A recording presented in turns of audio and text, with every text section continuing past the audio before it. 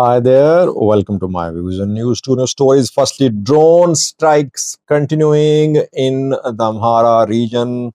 It seems on daily basis now the drone strikes are being conducted. This morning, again, Gojjam was hit.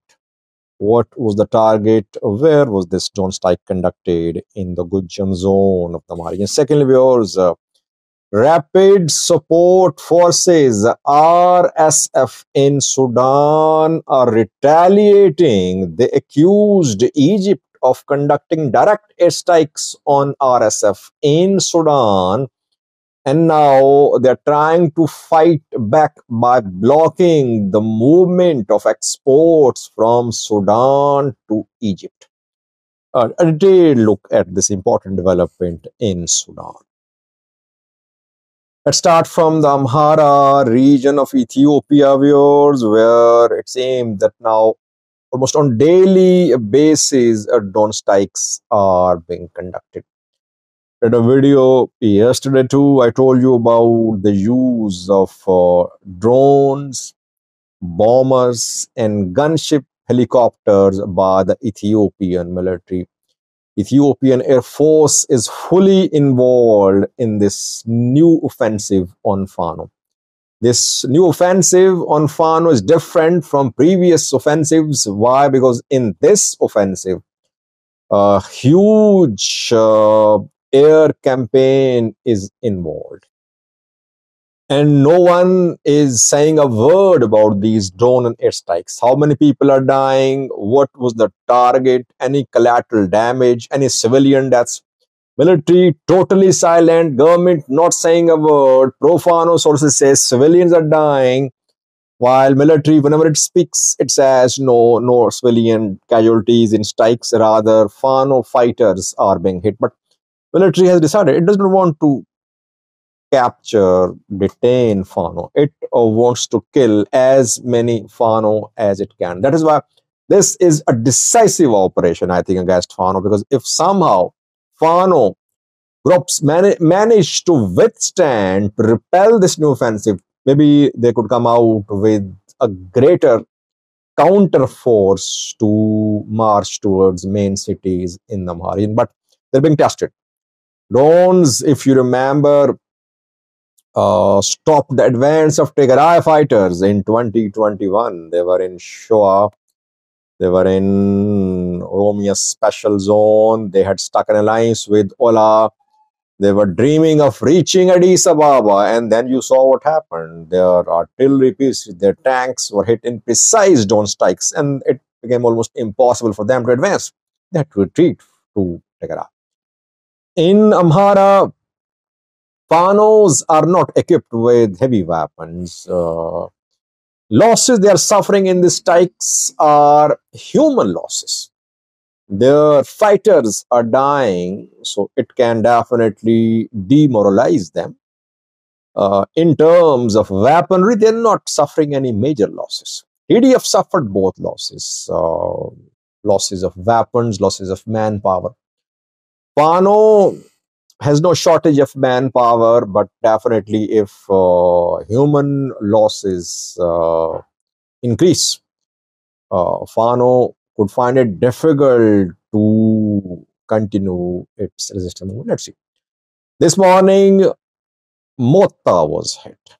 Mota is in Gojjam zone of the Amhara region.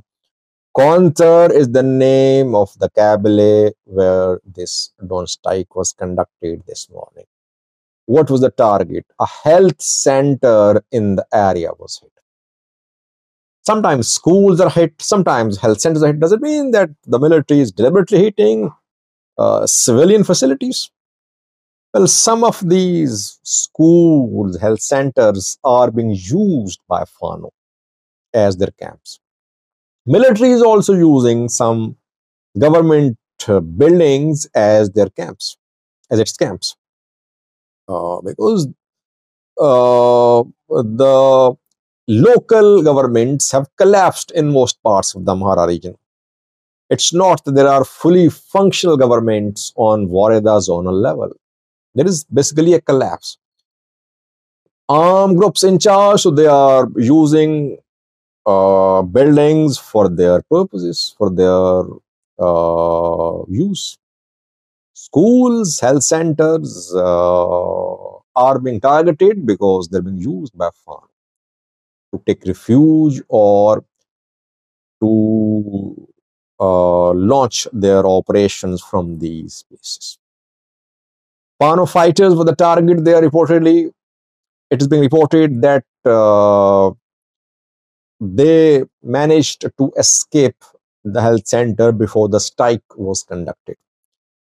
Others say that no, they were hit precisely in this strike. Fano will not acknowledge its losses. Military is silent.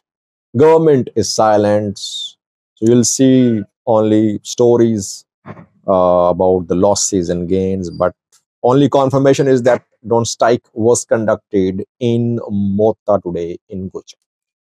Secondly, about Sudan, Sudanese civil war is a regional war now. Egypt is involved, UAE is involved. We know that Sudanese government wrote another letter to the UN accusing UAE of supporting RSF.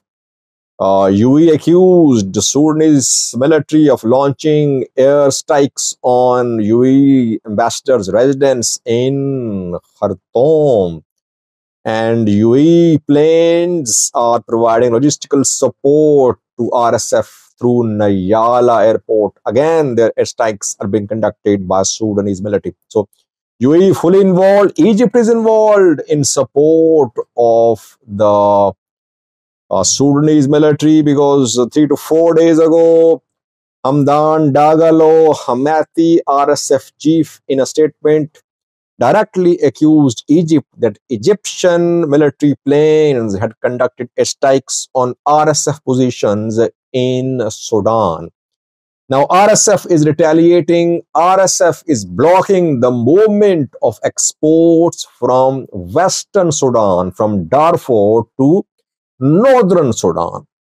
Northern Sudan shares border with Egypt, and Sudanese exports enter Egypt through Northern Sudan.